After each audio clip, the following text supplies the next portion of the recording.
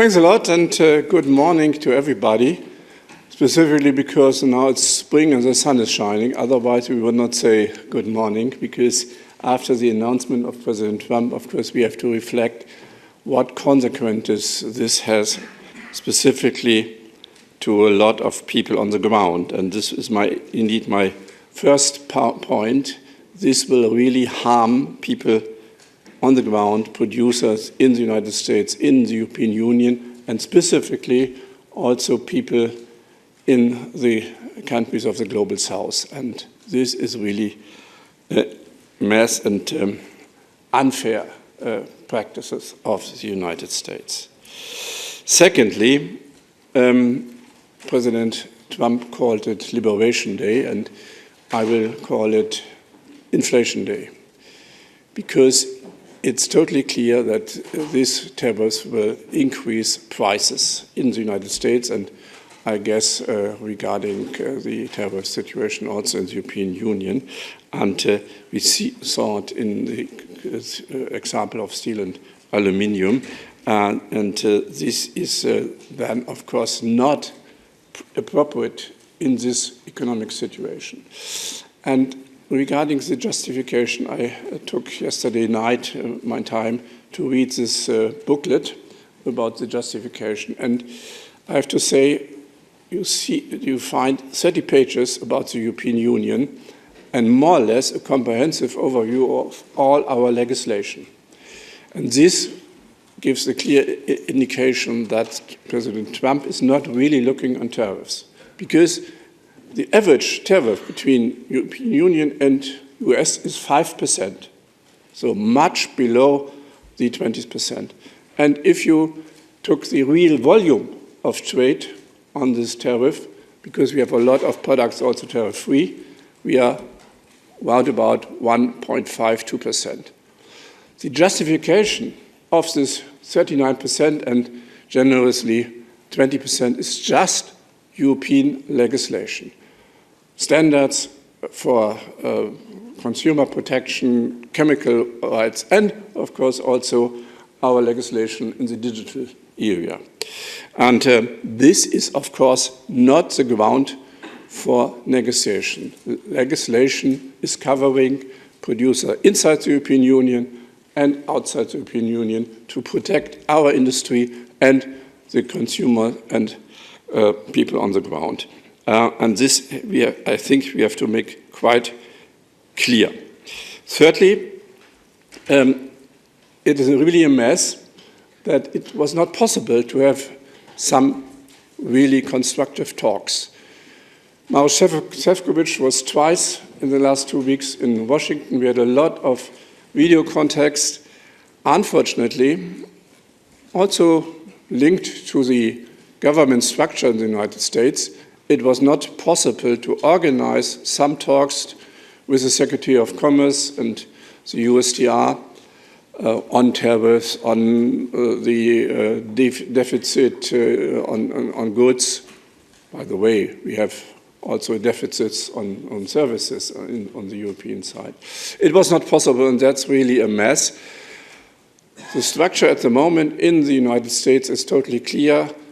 Trade and migration is only in the hand of the President and Peter Navarro. And until they are not able to and willing to negotiate, negotiations are not possible. And that's really a mess. We, of course, always try, and we will try also after the announcement, after the tariffs will come into force. Fourthly, we have a very well-developed toolbox to react. We have a modernization of the enforcement regulation, we have the anti-coercion instrument and some other elements as well, and we will use them. The first point will be on the 14th of April, the reaction towards the illegal tariffs on steel and aluminium, and a lot of products like fitness devices and fishery devices. So these two examples are making clear that these elements are not really harming the national interests of the United States. So that's also not in line with proper cooperation. That's also an illegal act. And we will have a second tranche a little bit later, because we have to analyze the effect of the announced tariffs, because it's totally clear the principle of our countermeasures. We want really to limit our countermeasures to the real harm we got, the real damage. We would not go further, so we are not the engine of escalation. And secondly, we will have also to look that we really limit the damage for the European Union, the consumer inside the European Union. So therefore it will take a little bit of time. And this is also linked to our democratic process.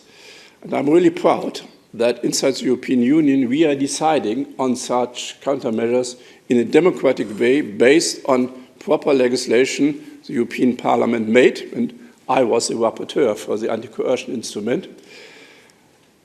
We have a different way to decide. It's not only one man deciding everything, and I'm really proud that we have a really democratic and different way.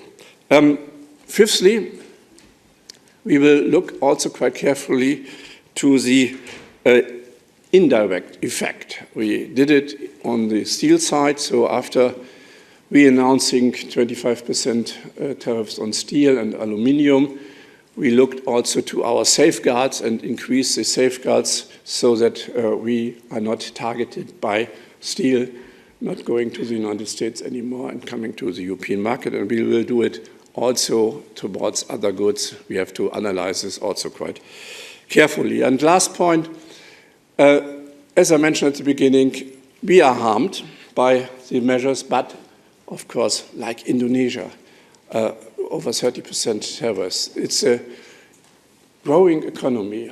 We want to stable the economic development of the people of the countries of the global south, and this is really a counterproductive action, and this will really have a lot of negative consequences in Indonesia and other countries as well.